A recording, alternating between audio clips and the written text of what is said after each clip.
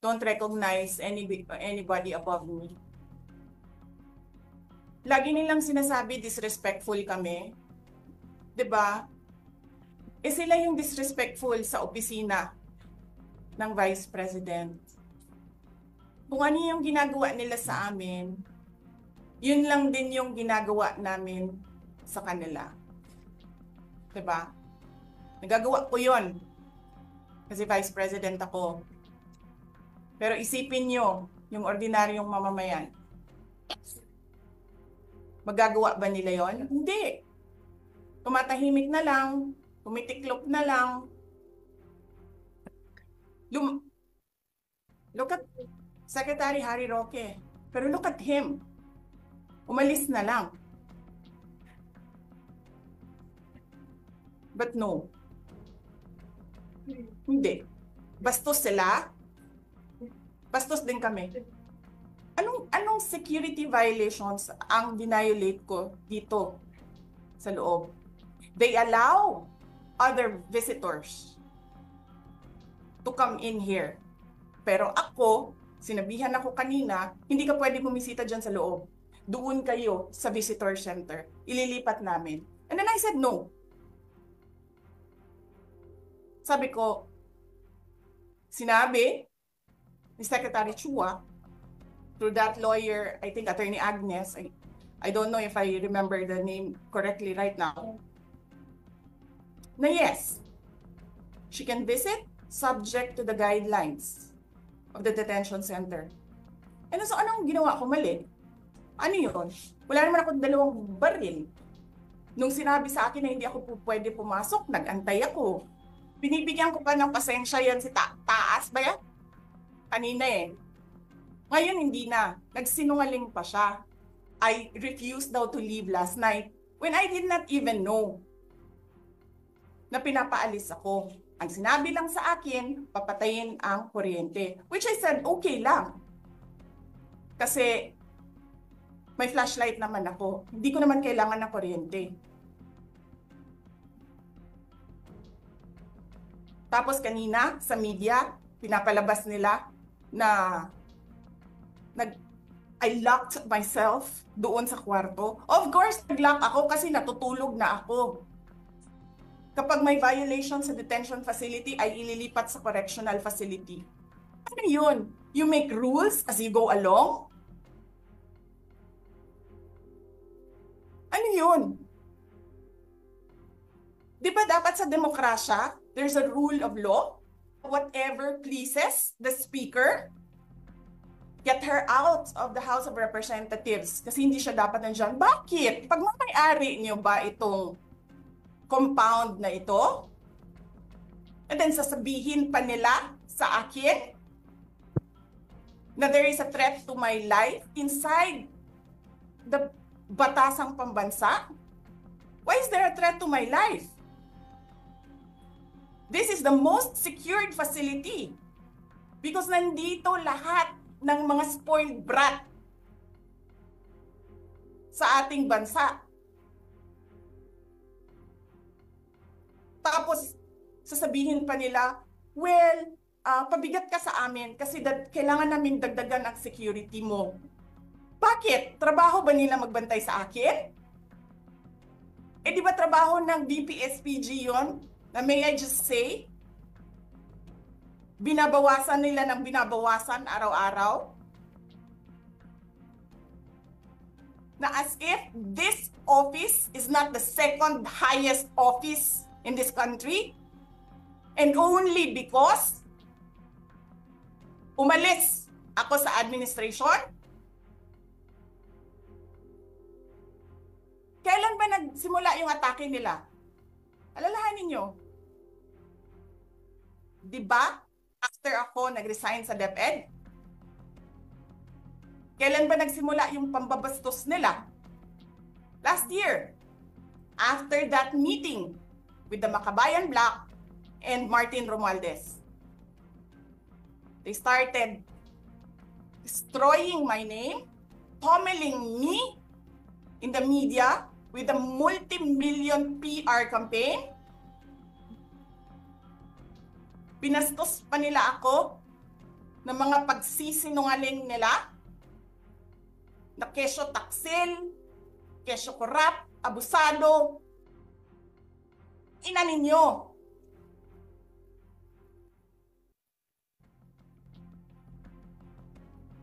Sino ang korap? Yung mga congressman na yan na nag-hearing, anong sinasabi nila? Pagkatapos, pag na-off na ang mic, pag wala ng media, pasensya na kayo ha. Kailangan kasi namin ng pera. Mag-eleksyon na kasi. Pakisabi kay Sara ha. Hindi ko naman gusto tong ginagawa ko eh. Ina, hindi mo pala gusto ginagawa mo eh. Bakit mo sinisira pangalan ko? Joel Chua. Ganyan. Ganyan ang bansa. This country is going because we are led by a person who doesn't know how to be a president and who is a... Alam nyo anong pruweba ko na sinungaling siya? Tinanong ko, 2 businessman. Matagal na sa negosyo ng bigas. Because I was concerned. This is a campaign promise. 20 pesos na kilo ng bigas. And so, I really sat down and talked to a businessman. Sabi ko, sabihin mo sa akin, kung magagawa ba yung 20 pesos? Sabi niya, hindi. Napaka-imposibleng gawin yan. Because more than 20 pesos, ang cost. Paano ka magbenta ng palugi? So tinanong ko, nagsinungaling ba siya nung sinabi niya? And then he said outright, yes. It's either he did not know what he was talking about, that's so incompetent, or he was through his teeth to get the votes of people.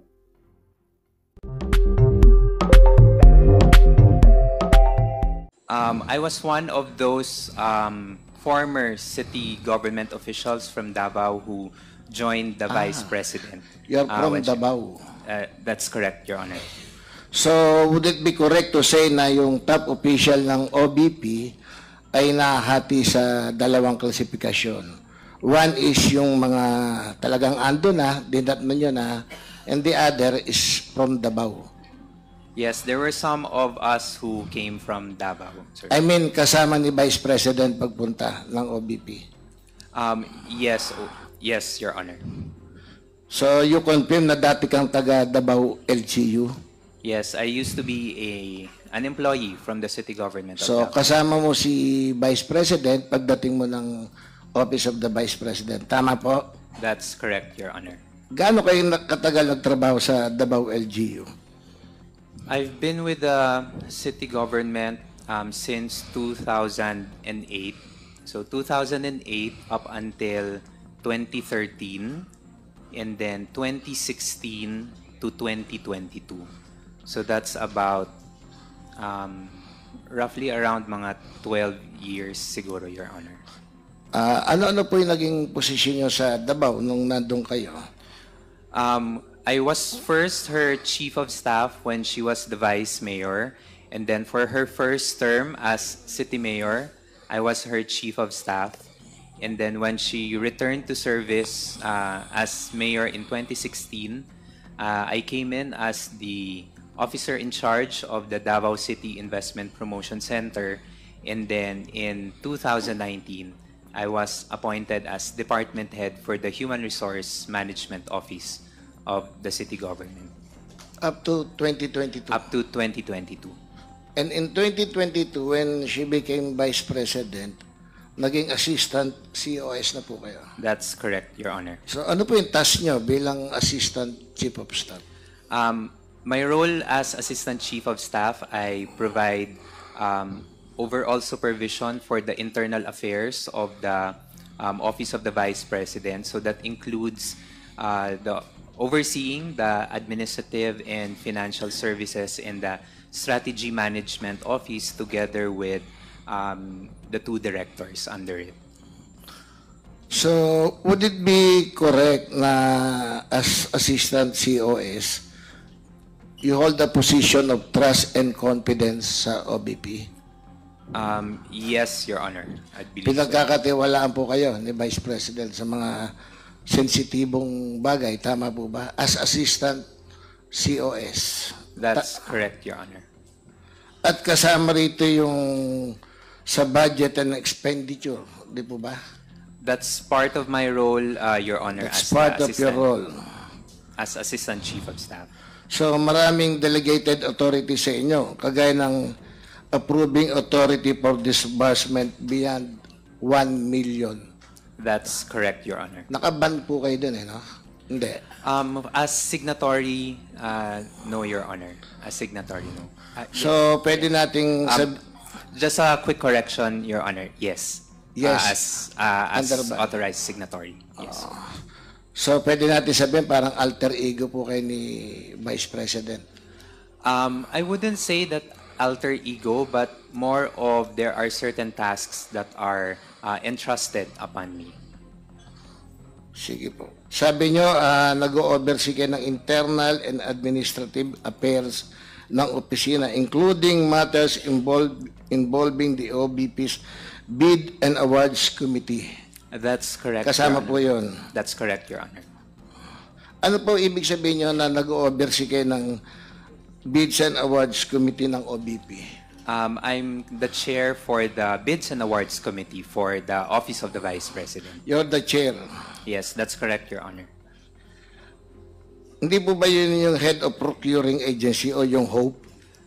No, Your Honor. That's Iba pa yun. It's a different role po, Your Honor. So despite the fact that meron pa ring HOPE, Yes, we do have a hope at the Office of the Vice President. but you are the overall in charge sa Bids and Awards Committee. Just for the Bids and Awards Committee, I'm the chair po.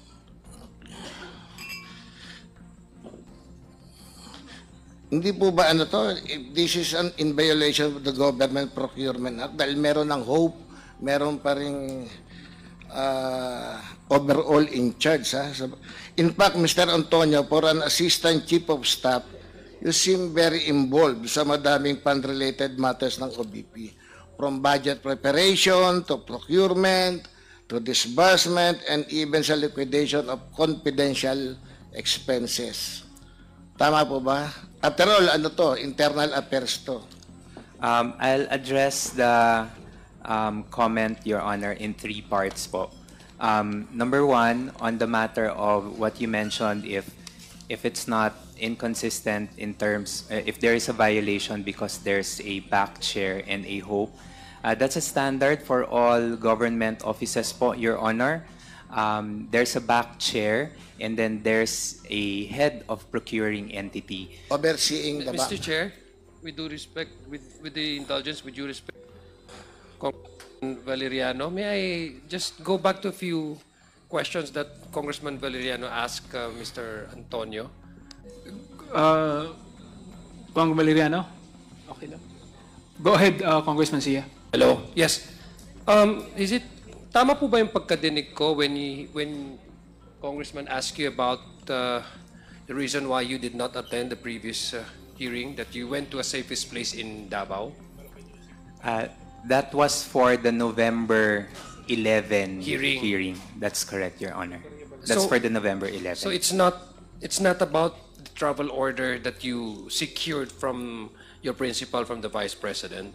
I'd like to just provide a recap po.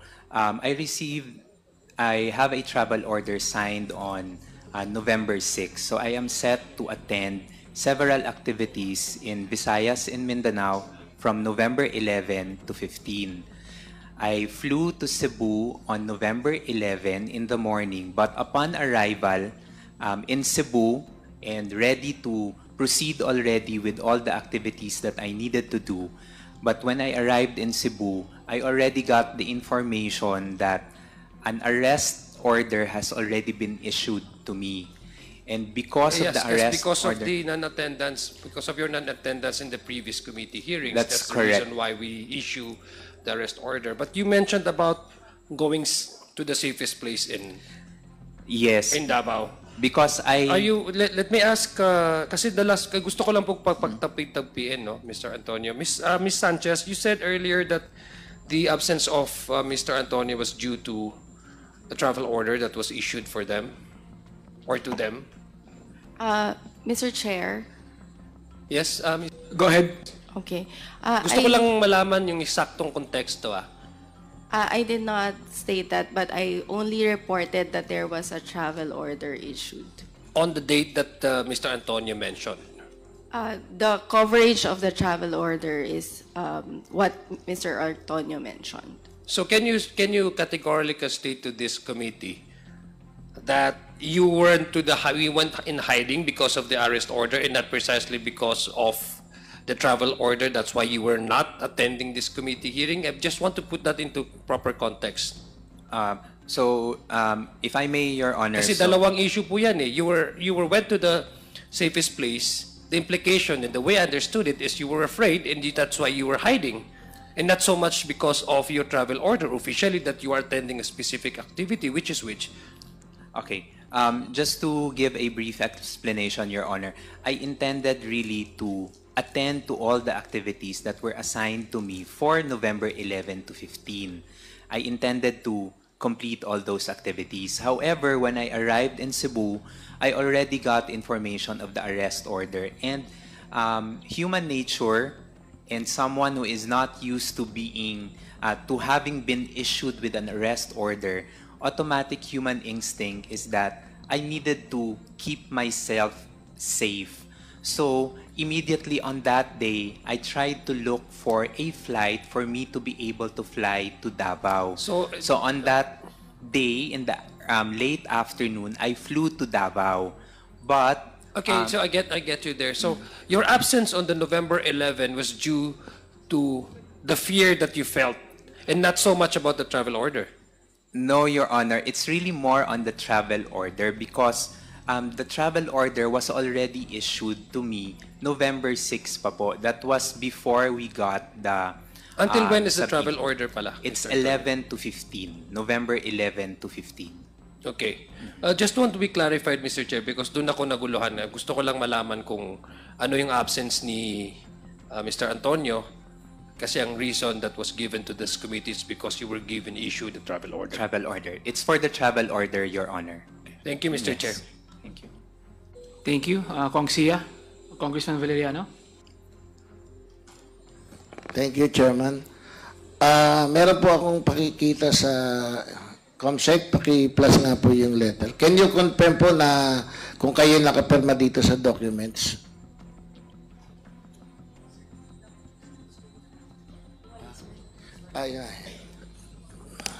Yan po, letter to DBM dated September 19, 2022 in connection with the request for augmentation of budget including confidential fund. Sign Limuel G. Ortonio. Kayo po yan. That's correct, Your Honor. Another statement of appropriation allotment. Ayan po. Kayo rin po. That's correct, Your Honor. Sige po, pakiroll lang. Financial Accountability Report as of October 18, 2022. Kayo rin po. That's correct, Your Honor. Request for authority to open bank account. Again. Disbursement butcher for confidential fund, 125 million per butcher, sign Ortonio. Kayo rin po. That's correct, Your Honor.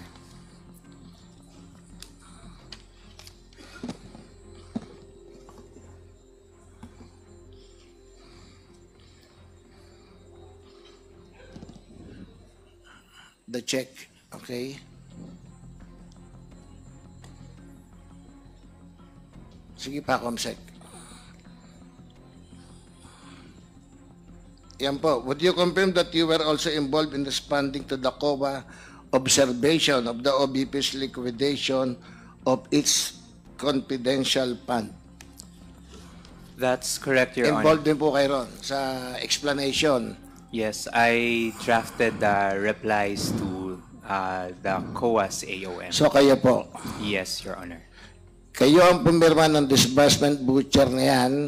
Ikaw rin ba nagdetermine na sa allotted amount sa inyo ay kukunin nyo yung tig 125 million bawat quarter? Your Honor, that was the proposed budget allocation for the confidential funds, Your Honor. Who proposed it? It's the office na po. It's an organization request, Your Honor. Ano po yung basihan nyo sa 125 million per quarter? Kasi kayo yung nakapirma ron eh. Can you give me a few minutes lang po, Your Honor? Just Mr. to check Chair? with our finance. Mr. Chair, the so speak person is asking for a suspension. Mr. Chair, suspension daw. 1 minute suspension. 1 minute suspension.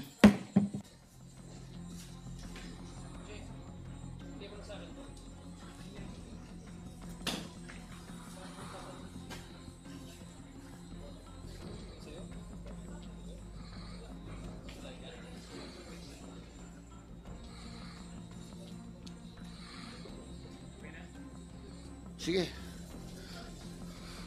Session will now resume. Sige po, Mr. Ortonio. Kasi kayo'y Assistant Chief of Staff, hindi naman kayo yung SDO, di po ba? That's correct, Your Or Honor. does it mean na kapag mula sa iyo yung request, utos to ng Vice President? Being the Assistant Chief of Staff. Yes, that's based on a request, based Salamat on po. instruction. Yes, that's correct, Your Honor. So, noong August 22, kakaupo lang ni Vice President, nag-request kayo sa OBP ng budget augmentation which included a request for confidential fund. Tama po? That's correct, Your Honor. At that time, wala namang naka-appropriate na confidential fund sa OBP under the GAA 2022. Tama. That's correct, Your Honor. In fact, walang appropriation for confidential fund ang OBP sa GAA ng buong administrasyon ni dating Vice President Leni Robredo. For the past 6 years, wala silang confidential fund. Tama po? Based on the information, Your Honor, Wala. no, Your Honor. Kahit sa pamumuno ng dating Vice President Jojo Binay, siguro isang beses nagkaroon. Based on the records that we have on file, Your Honor, they Meron did isa. have, yes. So, masasabi natin na nung nag-request kayo ng confidential fund para sa OBP, walang ganong experience yung mga nandyan na gaya nila Chief Accountant Villa Del Rey, Director Rosalind Sanchez. Kumbaga, yung ins and out ng confidential fund, hindi nila masyadong kabisado dahil wala namang confidential fund ng Vice President before. Tama po? I cannot fully answer for that one, Your Honor. Maybe some of those who were with the previous vice presidents may be able to. Pero ang may answer. karanasan dito sa confidential fund, yung mga galing ng Davao Group tulad ni Yusek Sulaika Lopez, ikaw, Miss Acosta, tama po ba? Dahil may confidential fund na sa Davao, then you go to OBP, tama? Yes, Your Honor. Naalala niyo po ba itong letter na to? September 19, Comsec, paki-plus nga po. Pinadala niyo sa DBM, kayo rin po yung nakapirma dito. That's correct, Your Honor. Isa sa mga attachments sa letter na ito, yung physical and financial plan. Tama po? That's correct, At Your ang, Honor. ang physical and financial plan na ito ay ginagamit bilang supporting docs para sa 250 million request for confidential pa ng OBP noong 2022. That's that. At ito po ay That's correct, Your Honor. ito ay pirmado and approved by Vice President Sara Duterte. The physical and financial plan, Your Yes. Honor. That's correct. Nakasaad po doon na ang 250 million na confidential fund ay gagamitin sa fourth quarter ng 2022 para sa good governance program ng OBP. Tama po? That's correct, Your Honor, based on the document that was given to us. Ibig sabihin, 250 million sa loob ng 3 months. yung estimate niya or 90 days, fourth quarter ng 2022. Tama po? That's correct, Your Honor.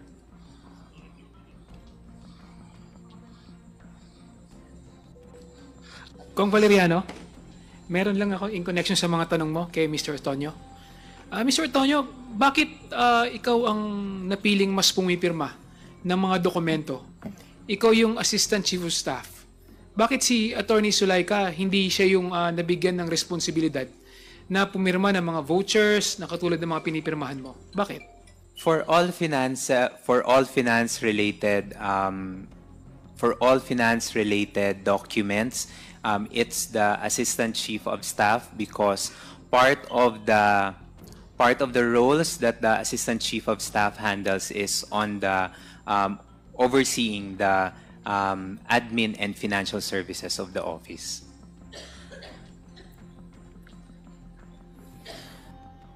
Please continue, Congressman Valeriano. Okay. Sino po yung nag-estimate ng 250 million para sa last quarter? Si Gina Acosta po ba o kayo? Or si Vice President? As far as I know, the physical and financial plan was prepared by by Miss Gina Acosta, and as far as I know, maybe in coordination with the safety officer. But it's prepared by Miss Gina Acosta. In coordination with the? Safety officer, I Sino presume. po yung safety officer? It's Colonel La Chica po.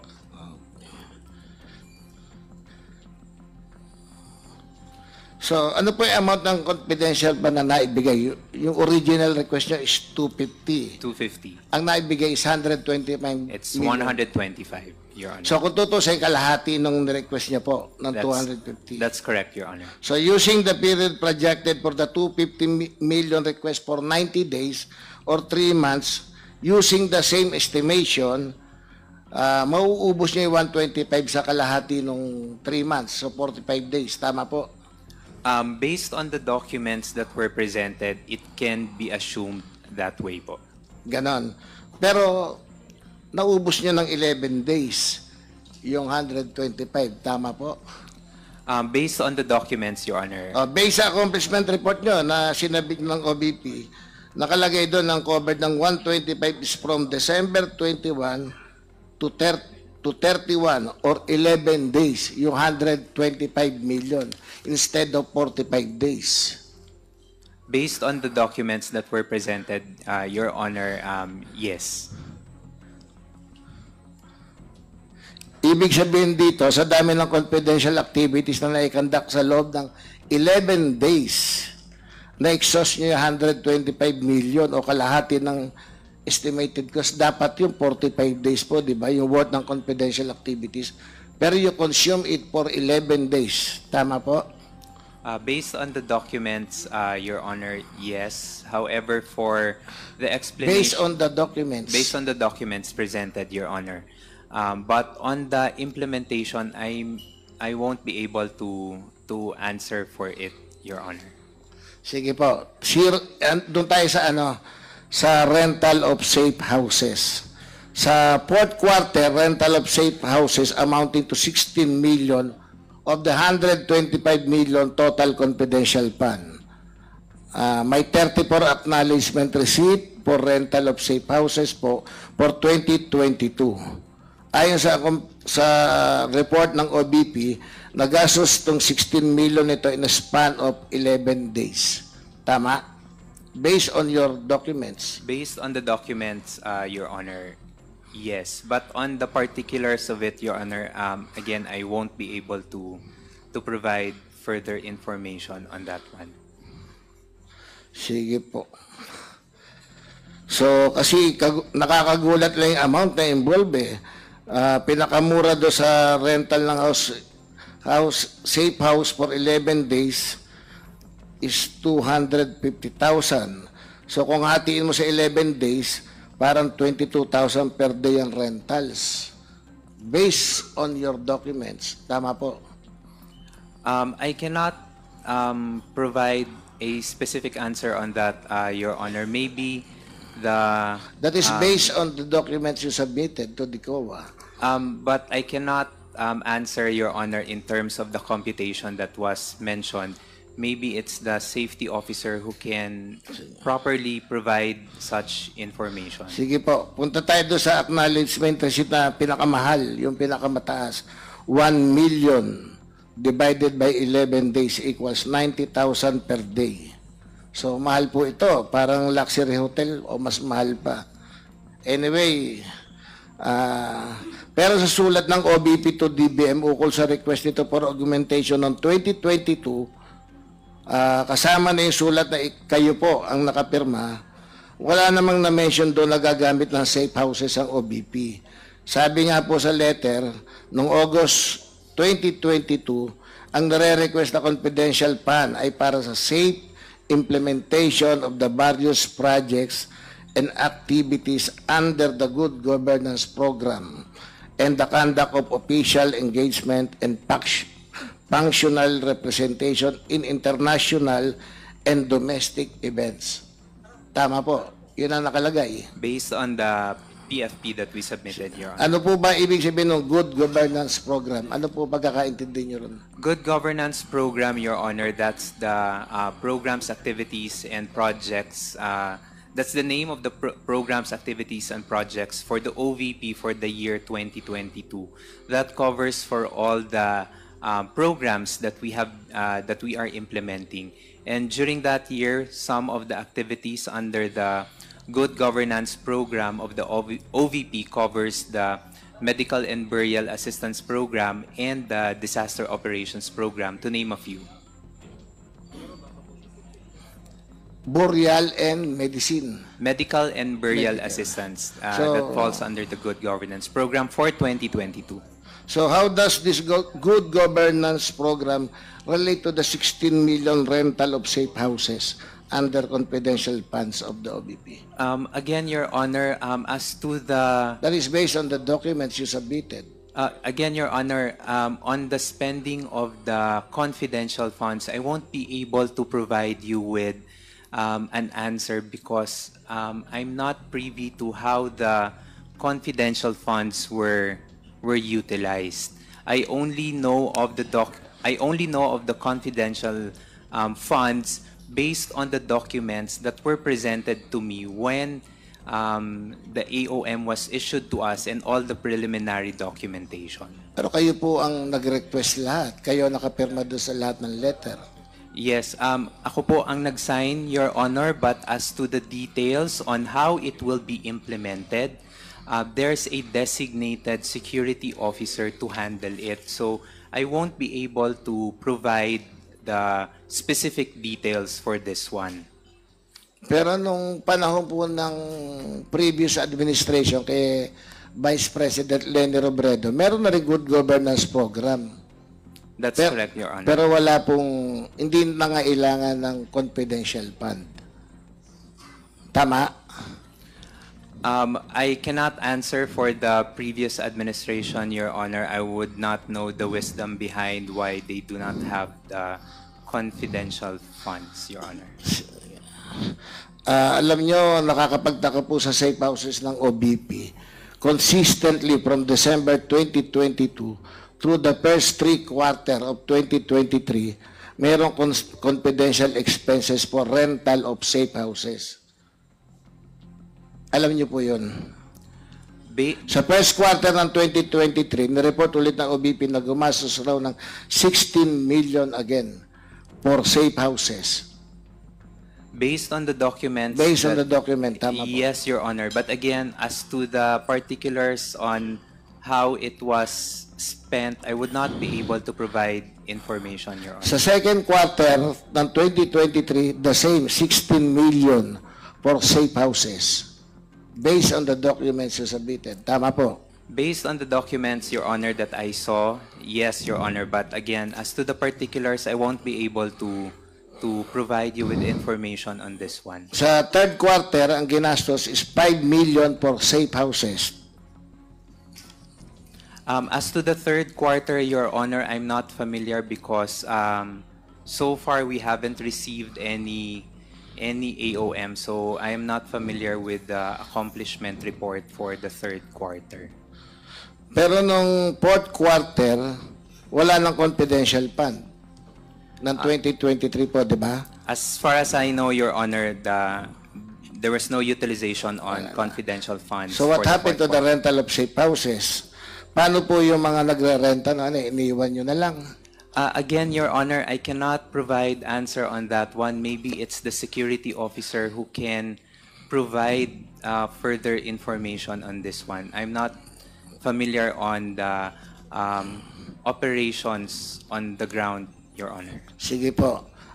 Tumulong kayo personally sa pagsabit sa COA ng mga acknowledgement receipt, di ba? Bilang patunay sa paggastos ng confidential fund mula fourth quarter ng 2022, yung bago pa lang kayo upo nun, hanggang third quarter of 2023. Tama po? Your Honor, can I be clarified as to the word na tumulong? Can I Sige be po. clarified on that one?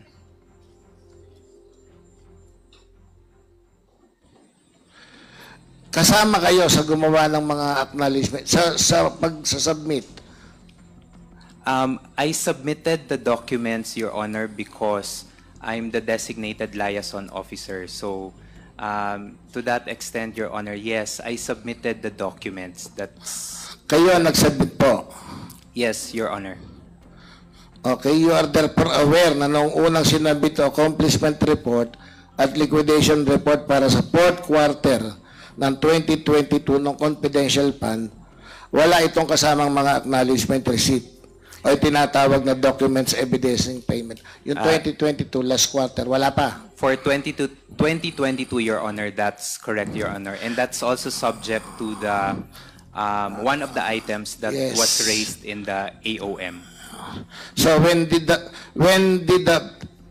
OBP receive the audit observation memorandum for the liquidation of its fourth quarter 2022 confidential fund? Sa last quarter po ng 2023 na ito na isabit. 2023 na. Tama?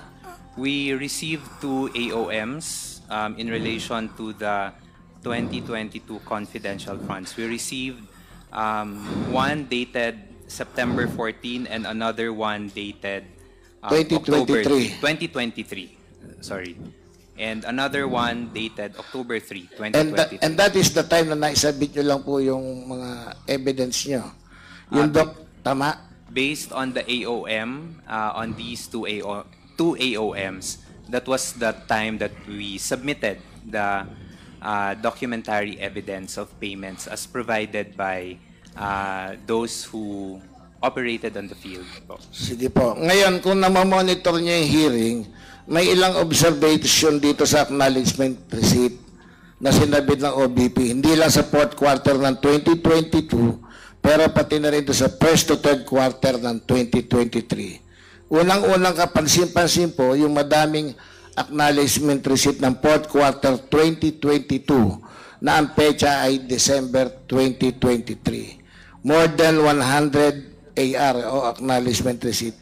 Yung ganito, pagkakaalala ko kung tama.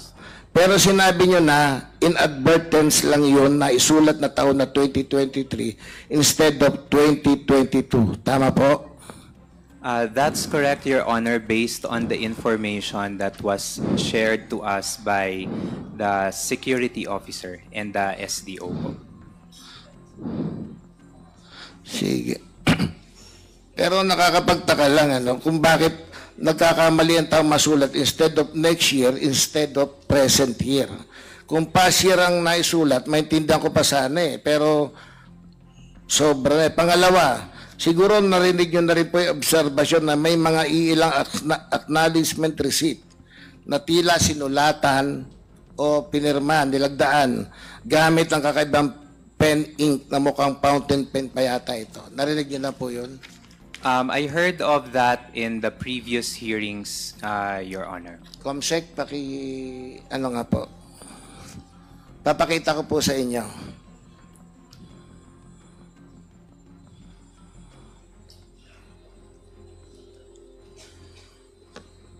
Nakita niyo po?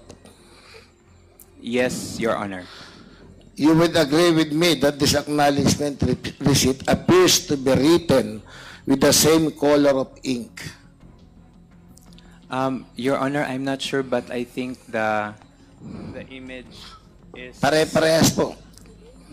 And this color is distinct shade of blue na almost black, parang may gradient po siya. Pakitignan niya po. Sorry, Your Honor, the way I see it, it's black ink. Papakita ko po sa inyo. I'm showing you a picture of distinct fountain pen ink. It's called Prussian blue. Yes, Your Honor. Pakita Okay. niyo po. Do you confirm that this is the same or very similar colors, the ones in the acknowledgement receipt I showed you before? Pakibigyan siya nung hard copy.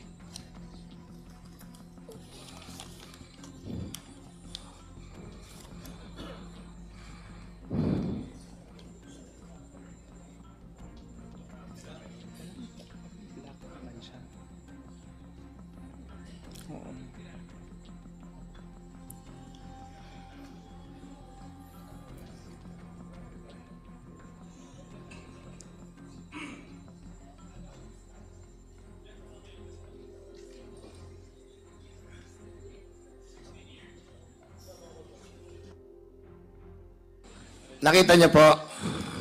In fact, it's similar to the pen ink you use.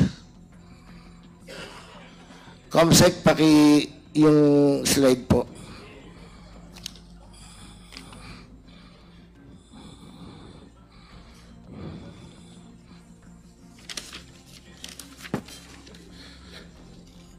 Mr. Chair, that's all.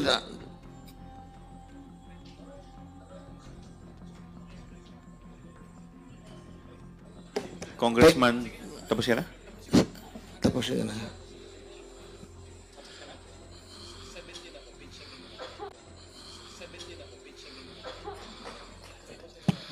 Mr. Chairman, sorry, but what was that? There was something that was flashed a while ago. Ano po yun? Pakita po uli yung flash. Ulit yung slide. Yeah. So, hindi, no. Yes. I'm sorry, Mr. Chair, but I just saw this. So, the pen, pakibalik po. Nawala po, ma'am, sir. Congresswoman Garin, you are recognized. Yeah. Mr. Chairman, of course, with due courtesy kay Mr. Lemuel Ortonio, lumalabas po kasi dito sa isang sulat niya, ang ginamit na pampirma is, what do you call that? Parang fountain pen? Anong tawag doon? Parang sign pen ba yan? Ano yan? Hindi eh. Fountain Yung pen? Fountain pen. Yung kulay, which is quite unusual, at yung klase ng ballpen na tila rin hindi pangkaraniwan, ay parang kapareho doon sa mga petsa at mga pirma doon sa acknowledgement receipt. Tama po ba, Mr. Chair, yung nakikita ng aking mga mata?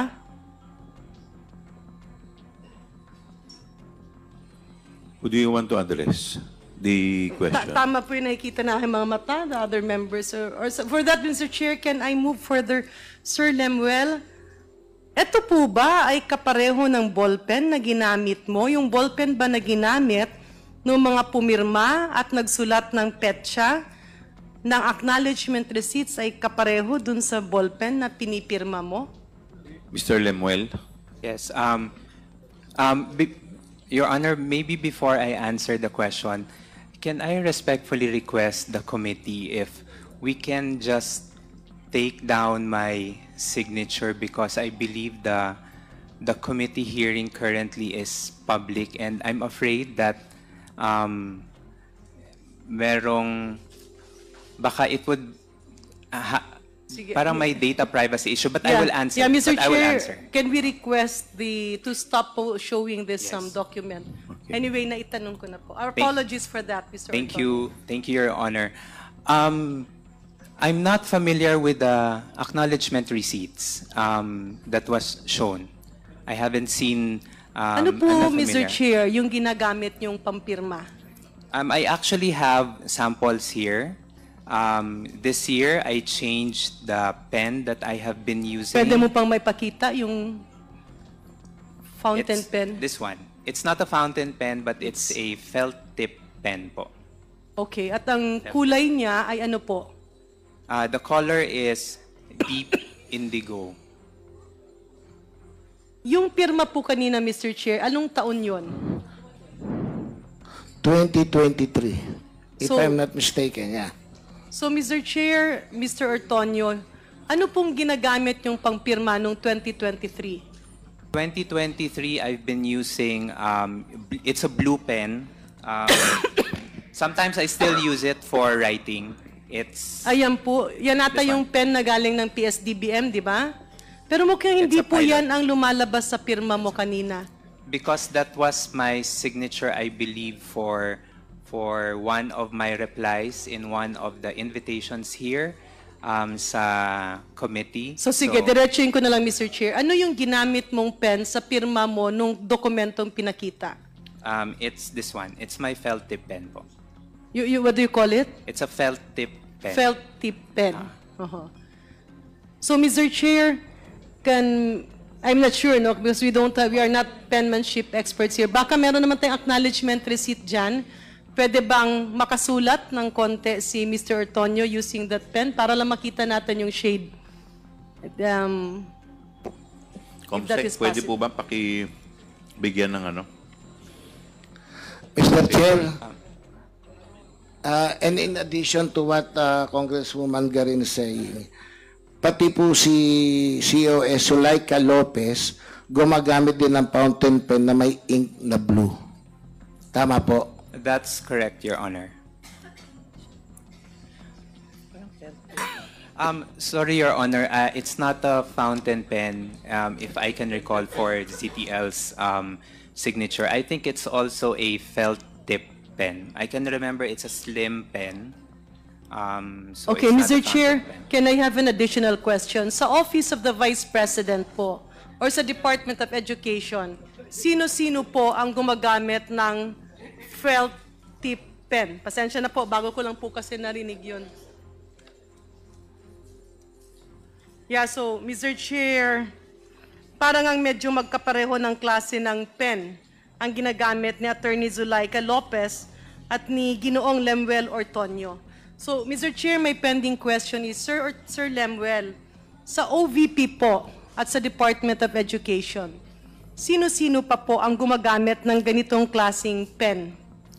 For the OVP, Your Honor, I'm not sure who else uses a felt tip pen when they sign documents, but I do sign using felt tip pens starting this year. Sino-sino pa po ang gumagamit ng ganyang klaseng pen? Ikaw, si And then- Attorney Zulaika Lopez, sino pa po? And then from time to time, it's Attorney Laika Lopez. And the others, I'm not familiar anymore. How about the Vice President? The Vice President uses a different pen po when she signs. So more or less sa pagkakaalam nyo, kayong dalawa lang ni Attorney Lopez ang gumagamit ng ganitong pen. That's correct, Your Honor. From the DepEd, Mr. Chair, baka matanong natin si Ma'am Farda. Good evening, ma'am. I have Before no... I recognize Ma'am Paharda Sunshine, the Chair would like to recognize the Honorable Robert Ace Barbers from the 2nd District of Surigao del Norte. Please continue, Mr. Chair, thank you, Ms. Mr. Sunshine Chair. Parda. As to your question, Honorable Garin, I have no knowledge po kung sino ang gumagamit or kung may gumagamit po ba ng felt tip pen sa Department of Education. It's also my first time to hear of such a pen po. So, Mr. Chair, I haven't really seen some of the acknowledgement receipts. Sa mga acknowledgement receipts, meron po bang ganito kataba yung sulat? Sa mga acknowledgement receipt po in the possession of our committee secretariat, meron bang mga pirma o mga sulat na ganito kataba, kapareho ng pirma at sulat ni Ma'am Zulaika Lopez at ni Ginoong Lemuel Ortonio?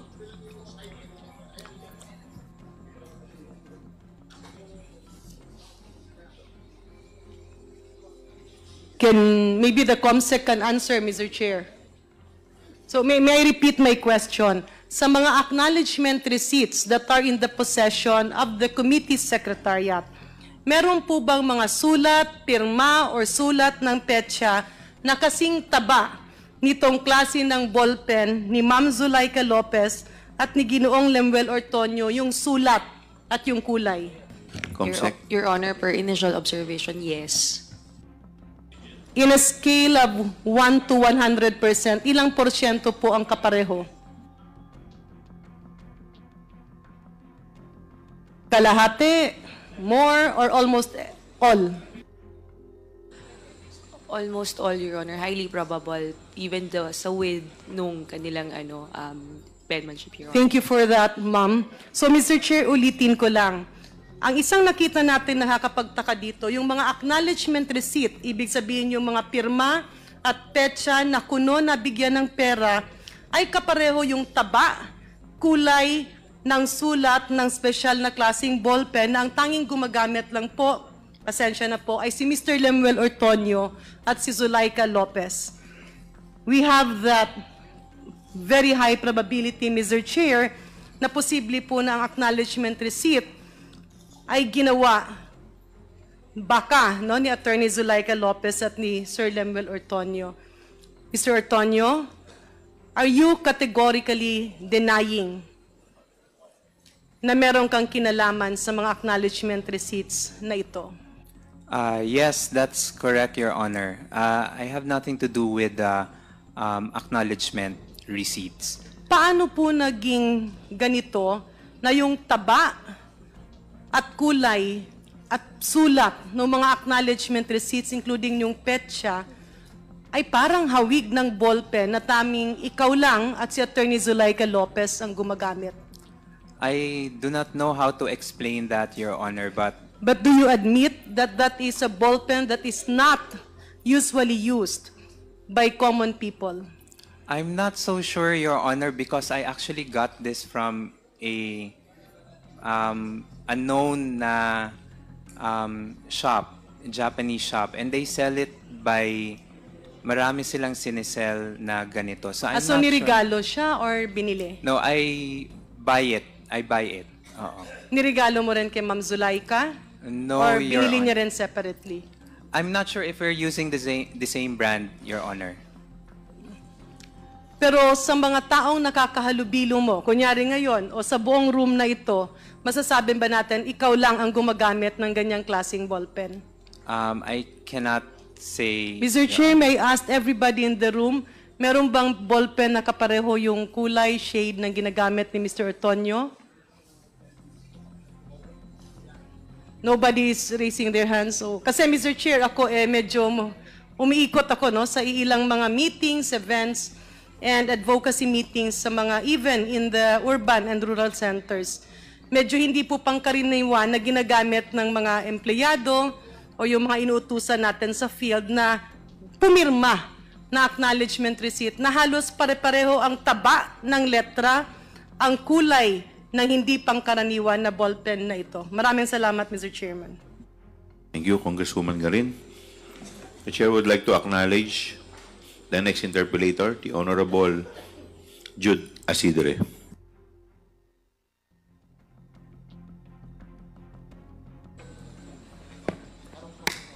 Sa muli, magandang gabi po, Mr. Chair. Nais ko po magtanong kay Attorney Rochelle Abella. Attorney, magandang gabi po. It's nice to see you finally. Thank you, Your Parang Honor. maraming papel na nakita ko yung perma mo, pero it's nice to see you in the flesh. Your Honor, I apologize during the last... Yes. Uh, You were invited during the November 20 meeting, no? Yes, Your Honor, I And you weren't apologize. able to attend. I apologize, Your Honor, for my non-attendance during the last hearing because I have a hearing Yes. in Makati Court, Your Honor. I already submitted my explanation with attached... Can we confirm with the Secretariat kung naka-submit na sila? And we have authenticated it? Secretariat? Your Honor, Attorney Abella complies. She submitted her certificate of appearance issued by the Makati Branch RTC, Branch 60, Your Honor. Thank you, ma'am. Attorney Abella, yung hearing mo, anong oras natapos? Your Honor, it was finished at around before 1 o'clock, Your Honor. Pero hindi nyo naisipan na humabol dito sa meeting kasi alam nyo naman nung siguro halos lahat ng pagkakataon ginagabi po ang mga hearing natin. Hindi nyo naisipan na pumunta, humabol para lang hindi kayo ma-issuehan ng show cause order? Since, Your Honor, I have already nag-explain naman po ako, Your Honor, I was hoping for the kind indulgence of the Honorable Committee that it would be granted, Your Honor. Attorney, itong kliyente mo ba private client or ito ay kasama sa trabaho nyo bilang empleyado ng Office of the Vice President? It's a private client, Your Honor. So, pero sa ngayon, empleyado kayo ng OVP. Your Honor, I only have a contract of service. You have a contract of service. Ang contract, can you help me understand, no? Kung contract of service ba, hindi kailangan ng authority to engage in private practice? No, Your Honor. Only a contract of service. Parang I only have a consultancy with the... I only have a contract of Ano service. ba talaga? the OVP. Contract of service or Contract- consultancy? Contract of service, Magkaiba Your po Honor. yun.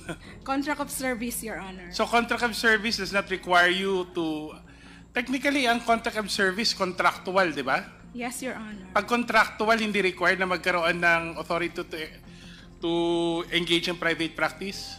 No, Your Honor. Can we confirm that, Mr. Chair, later? For the record lang, no? Because I'm not actually certain kung ano talaga ang rules. But maybe in the next meeting, we can get a clarification from CSC, Mr. Chair, kung covered ng requirement for an authority to engage in private practice pag contractual yung empleyado. We will invite the representative of civil service.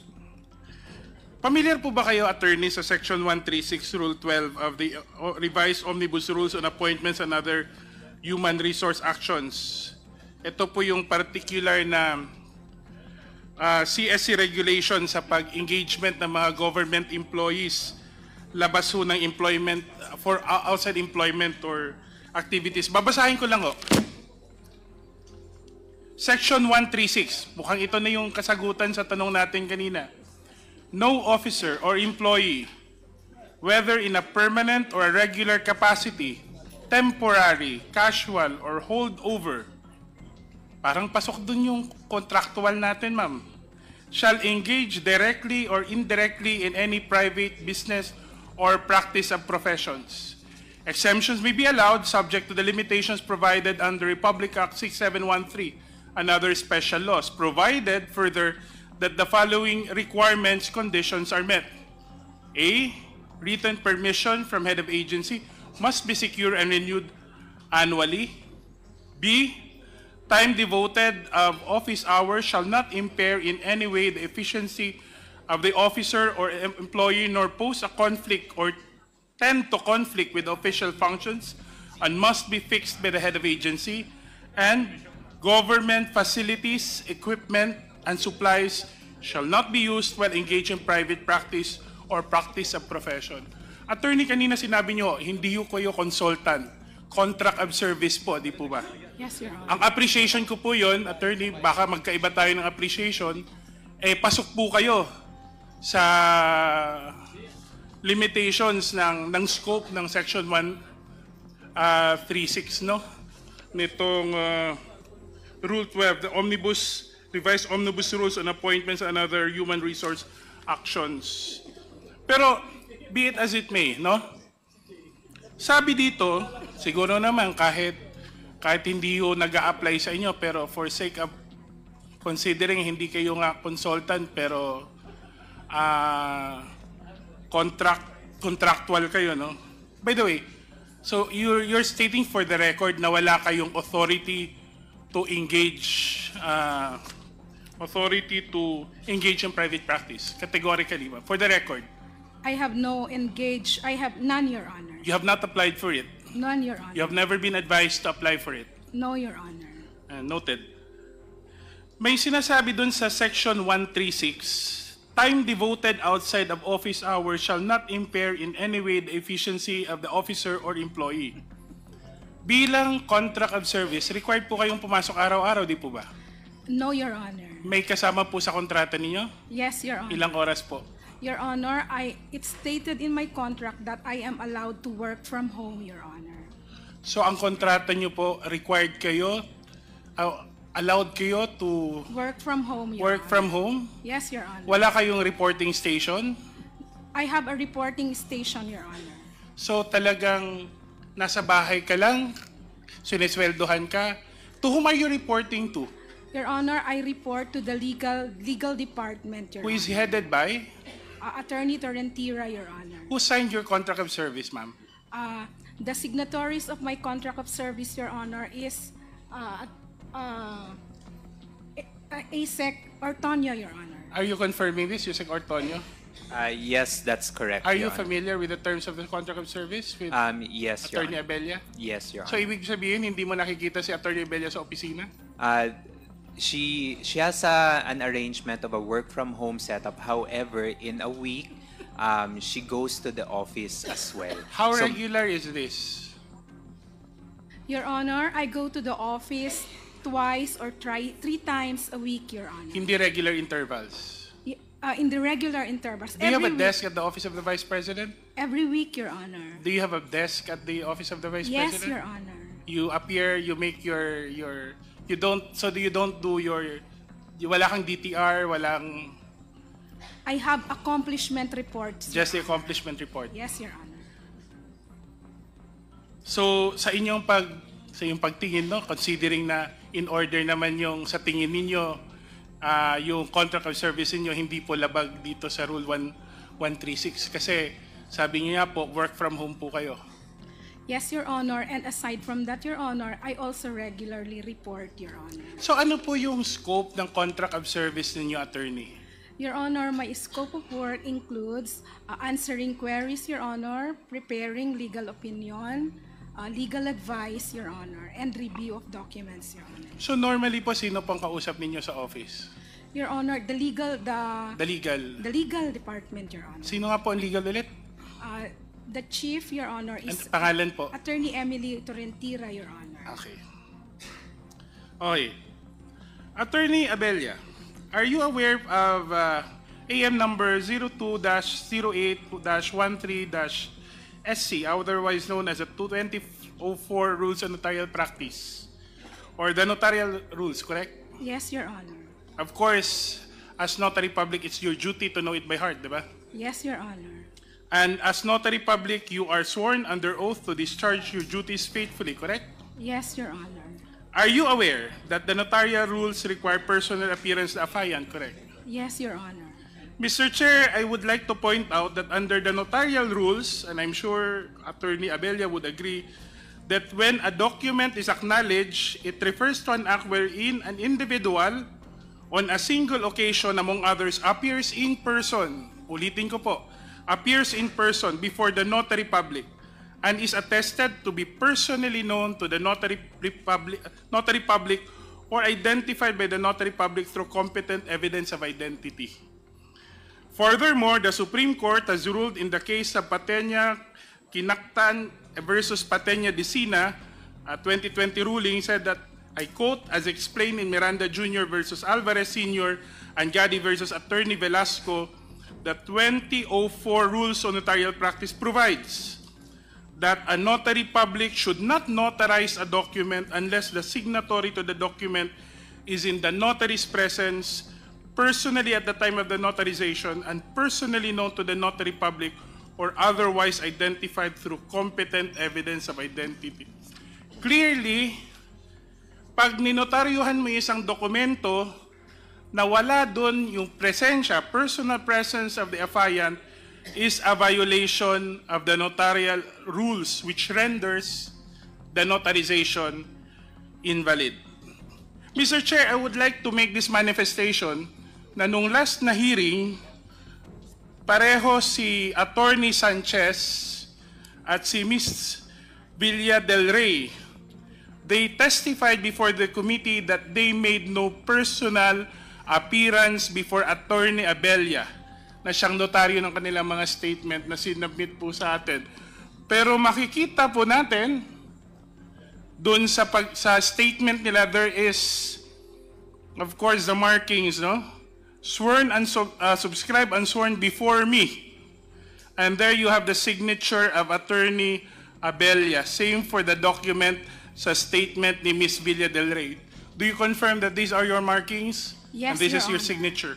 These are my signatures, Your Honor. But sabi ni Attorney Sanchez at ni Miss Villa del Rey, hindi po sila nagpunta sa iyo at hindi rin po ninyo sila pinuntahan. So they didn't make any personal appearance before Attorney Abella.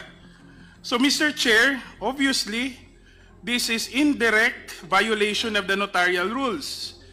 It appears that this is a practice of Attorney Abella, and this representation, Mr. Chair, believes that it puts to doubt whether the certifications notarized by Attorney Abella, which are subscribed by a Vice President Duterte, a lawyer who should be familiar with the notarial rules, and the SDOs Edward Fajarda and Gina Cosa, were not done in accordance with the notarial rules. Kasi kung hindi ho sakto, hindi po in accordance with the notarial rules, pwede po nating masabi na invalid po ang notarization. This furthers the theory that the liquidation of the confidential fund was done pro forma, and both the OVP and the DepEd under Vice President Duterte only made efforts that they complied with the relevant liquidation rules in order to seemingly cover up, Mr. Chair, what appears to be a bogus liquidation. Attorney Abella, matanong kita ulit. Kayo po ba yung notaryo publiko para sa certification na inattach ng OVP at DepEd sa mga liquidation reports ng confidential funds, tama? Yes, Your Honor. Kayo din po ang notaryo publiko sa certifications na ginamit para sa liquidation report ng OVP confidential funds for December 2022 at sa first at third quarter ng 2023, tama po ba? Yes, Your Honor. I'll give you the chance to look at the documents. So these are for 2022 confidential funds.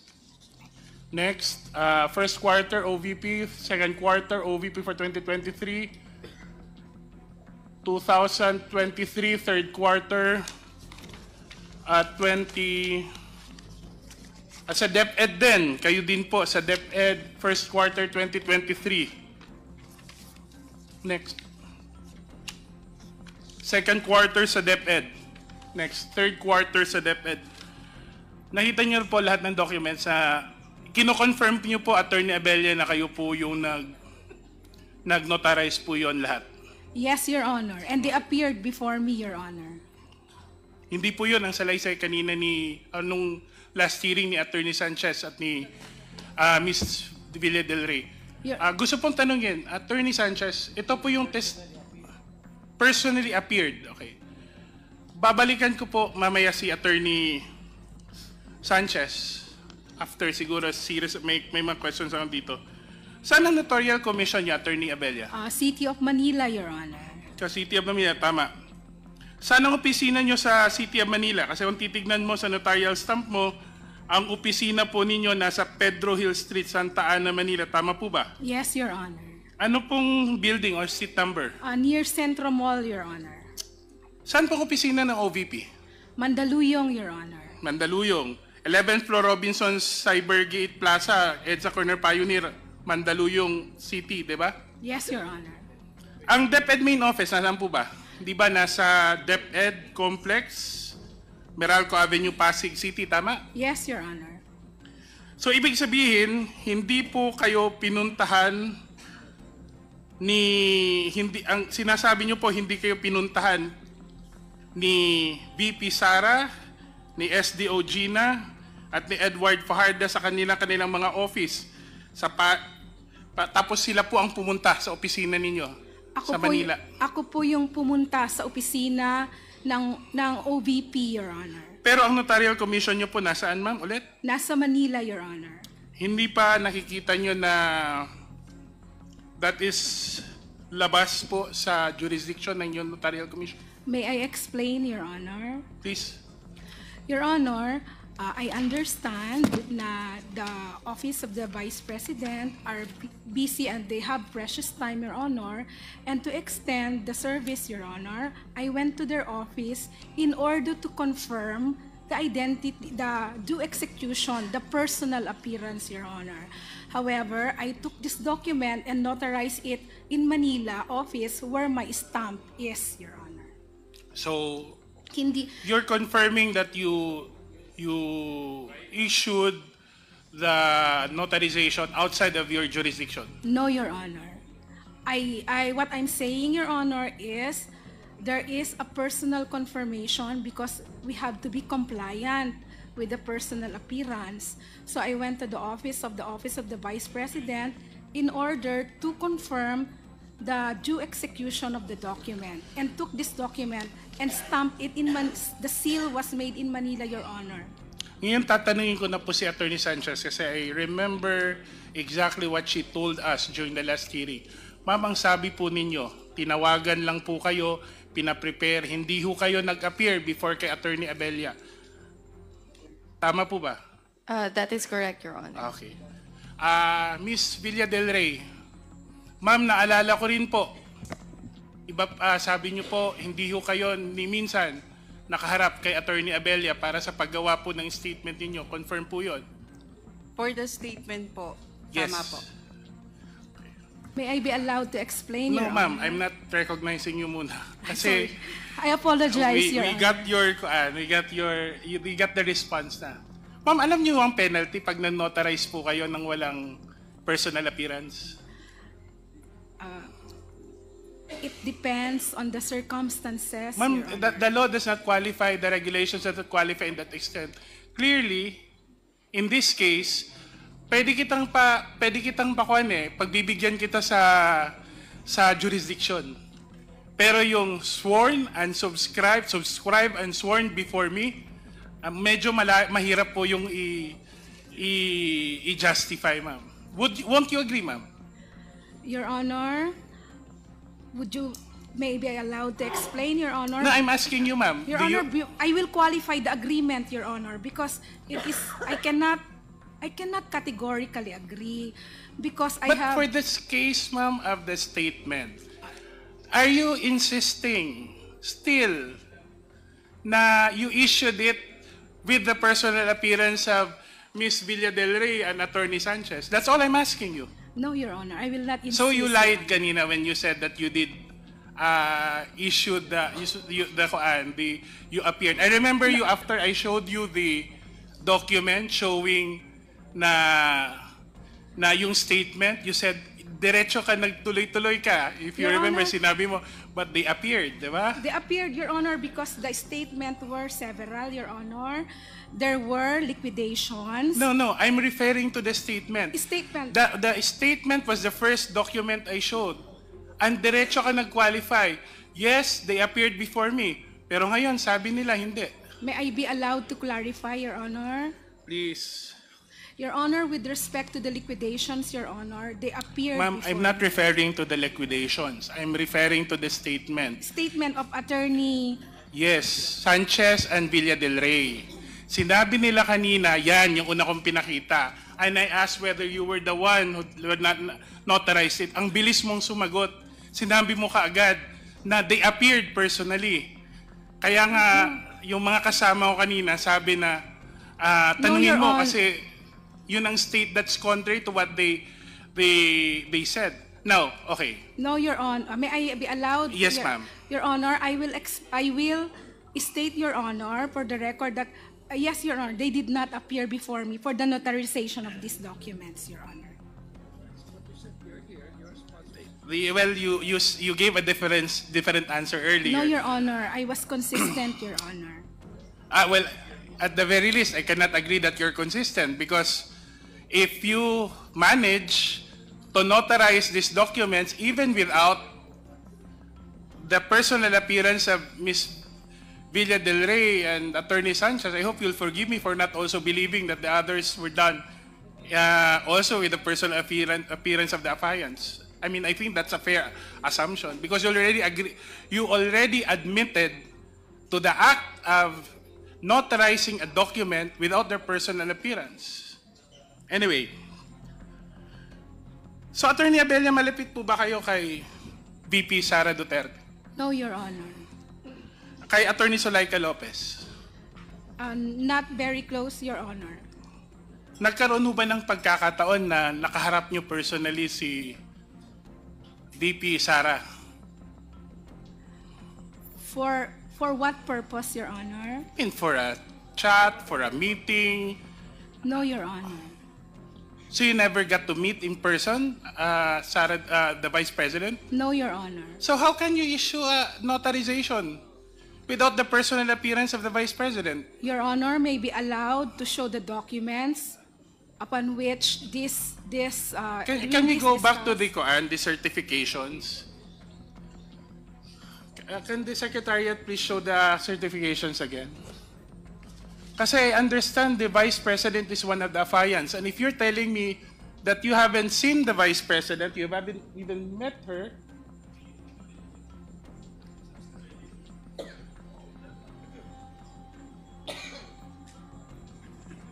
yun. Ito yun. That document, yun. Kasi yung iba hindi na nilagyan ng kuan eh. Siguro sa madalas nilang kinukuha ang abogado si Atty. Abella, hindi na kailangan ng identity document. Pero with that, you can see the passport. Sworn and subscribed and sworn before me. So, noong October 4, 2023, hindi nyo na-meet si VP Sara.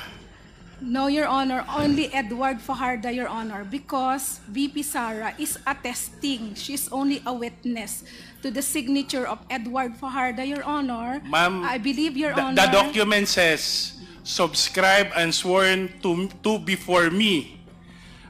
This October 4, 2023, Mr. Edward Fajardo exhibited to me his SSS UMID number and hindi hindi also, and Vice President and Education Secretary Sara Z. Duterte exhibited to me her passport number. I can't see the numbers anymore. Your Honor, that document, those were already inscribed at the time that it was given to me by Mr. Edward Fajardo. But I believe, Your Honor, ang pagkakaalam ko po kasi, si Mr. Edward Fajardo po ang nagsusubscribe sa akin because he is the one under oath. But why was the document not corrected? Your Honor, because it was already given to me and that is already their form. Okay, Your Honor. I will go to the next certificates. Yung unahan na, fourth quarter, next. Oh, yan. Bakit walang identity document? Your Honor, because I believe, Your Honor, that is only an extra identity, it's a superfluous, Your Honor, because the one attesting under oath, under the rules, Your Honor, is Gina Acosta. So, pero kahit yung identity document ni Gina Acosta, wala po dyan, no? Your Honor, usually, Your Honor, attached to this document are photocopies of the ID, Your Honor. Hindi kaya ini-stamp mo na lang yan, tapos hindi na rin kasi siguro sa dami ng documents na kailangan mong notaryuhan? No, Your Honor. You wouldn't say that it's like, baka nagkamali lang din? No, Your Honor. Talagang ang standard, Your Honor, if it's not included, we attach the photocopy, Your Honor. So, ang tanong ko lang ho, anyway, be it as it may, no? Nakita natin ilang beses po kayo nag-issue na nag-notarize ng certification ng liquidation? I can. If I remember, 7 times. 7 times mo na pirmado ng mga SDO at ni Vice President Sara. Kasi kung ako tatanungin mo, sa layo ho ng opisina ng DepEd at ng Office of the Vice President para talagang dayuhin mo, no? I can only assume and I can only guess na talagang malapit ka sa kanila. At kung makikita mo, sa lahat ng certification, ma-DepEd man at o di kaya ma-OVP, makikita mo sino yung common signatory doon sa lahat ng documents. The SDOs, Your Honor. Well, if you ask me, no, the common signatory is VP Sara, di ba? Yes, Your Kasi Honor. kung DepEd, si Edward Fajardo ang pumipirma. Kung sa OVP, si Gina Acosta. So ako, honestly, Mr. Chair, ang nakikita ko ditong common signatory, si VP Sara po. At malamang ho, siya po yung rason bakit madalas ho kayong kuning magnotaryo, lalo na sa confidential funds. Attorney Abella, nung nakaarang hearing kinumpirma ni Attorney Rosin Sanchez, siya po ang, alam niyo naman ho ang designation din niya, Director for Administrative Financial Services, na ang tawag niya ho sa inyo, one of the staff of the Office of the Vice President. Tama po ba? I have to confirm. I have Attorney, do you stand by your earlier testimony? Yes, Your Honor. And we're qualifying it that she's under contract of service. Tama po ba? Yes, Mr. Chair. At sinabi din ni Attorney Sanchez na kayo'y involved in the execution of non-disclosure agreements and other documents and contracts for the Office of the Vice President. Yes, Your Honor. Parang naka-retainer kayo sa Office of the Vice President, ano? Technically. I have a contract of service, Your Yes. So, tanong ko po, paano po kayo nadala sa Office of the Vice President? I applied, Your Honor. Nag-apply po kayo? Yes, Your Honor. Wala po kayong kakilala, hindi niyo ho kilala si Attorney Lopez, hindi niyo ho kilala si Vice President Duterte before this all happened? I know Attorney Lopez, Your Honor. In what capacity po kilala niyo si Attorney Lopez? A long time ago, Your Honor, she was my schoolmate, Your Honor. In San Beda? Yes, Your Honor. Staff kayo ng OVP pero kayo din ang nagnonotaryo ng dokumento ng ibang opisina ng gobyerno, especially the Department of Education. Tama po ba? I was only approached, I was only approached by Mr. Fajardo, Your Honor. Only when it comes to confidential funds. Those documents only, Your Honor. Therefore, you are notarizing itong mga dokumento na to sa DepEd in your private capacity kasi hindi naman siya covered ng employment ninyo sa OVP. Tama po ba? Would you agree with me? Yes, Your Honor. Na-mention niyo na kanina, wala kayong authority to engage in private practice. Pag nagnonotaryo ka sa DepEd, kasi hindi na siya kasama nung engagement mo with OVP, nagsisingil ka ba? Do they pay you? For this, Your Honor, no, Your Honor, I did not. So you have not issued any official receipts No, for Your notarial services rendered to DepEd? No, Your Honor. And you haven't declared any income in relation to the notarial services that you do for DepEd? No, Your Honor. Not in the last 2 years that you were engaged with by the Office of the Vice President? No, Your Honor. So when you notarize this document sa DepEd, kahit kayo po empleyado ng Office of the Vice President, ginawa nyo to dahil favor sa mga affiants. Tama po ba? Pakikisama.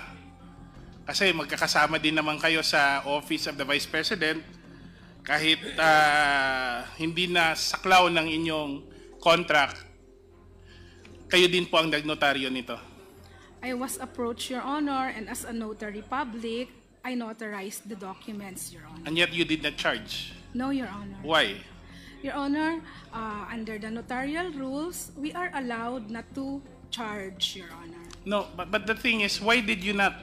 I know you're allowed, but why make a decision not to charge? I did not charge anymore, Your Honor. Why? I chose to, Your Honor. You chose to for reasons dahil anyway, DepEd naman to at pareho naman yung Secretary at Vice President. Tama po ba? At that time, Your Honor, I just did not charge, Your Honor. May tanong lang ako. Ito medyo it caught my attention lang. Kasi kung titignan mo, sa dami ho ng nagnonotaryo sa mga dokumento, malaking ahensya po ang DepEd, no? Makikita ninyo, madalas sa hindi, sa mga dokumento, like for example, I show you a contract dated March 30 between DepEd, tapos kay General Nolasco Mempin. Hindi po kayo ang notaryo publiko. No, Your Honor. Meron ding itong contract, supply, delivery, and maintenance of DCPE classrooms. Next. hindi rin kayo ang notaryo publiko. No, Your Honor. Hindi kaya paborito kayong notaryo publiko pag ang pinag-uusapan confidential funds? I cannot. You don't have to answer. Mr. Chair, yan lang po. Yung manifestation, kitang-kita po natin na consistent po sa isang bagay ang pagnonotaryo ni Attorney Abella. Yan po kung ang dokumento ay may kinalaman sa mga confidential funds. Siguro naman hindi lang po siya ang abogado ng Office of the Vice President, hindi lang po siya ang abogado ng Department of Education, nakilala ng Department of Education, pero kapansin-pansin, and I'll put it on record, Mr. Chair, na despite apparently, I would say no, kung nagawa niyang magnotaryo na hindi, despite the lack of formalities, despite the lack of personal appearance nung ating mga resource person na nandito po si Attorney Sanchez at si Ms. Vildelrey, hindi po ako magtataka, Mr. Chair. At katulad doon ng inamin kanina din ni Attorney Abella na never naman ho niyang na-meet si Vice President personally para personally mapirmahan yung manotaryuhan yung mga dokumento ng certification na kailangan pong usisiin kung ano po ang koneksyon ni Attorney Abella at ang lalim po ng kaalaman niya sa mga dokumentong kanya pang ninotarize. Kasi naniniwala po ako na siguro naman to be fair at the very least, she must have a better appreciation of the documents that she's notarizing. Yun lang po, Mr. Chair. Maraming salamat po. Para sa iba pang karagdagang mga balita at impormasyon, ay huwag po nating kalimutang mag-like, share at comment sa video na ito, at huwag po rin nating kalimutang mag-subscribe to continue supporting us. Maraming salamat po sa inyong panonood, at naway tangkilikin po ninyo ang aming YouTube channel.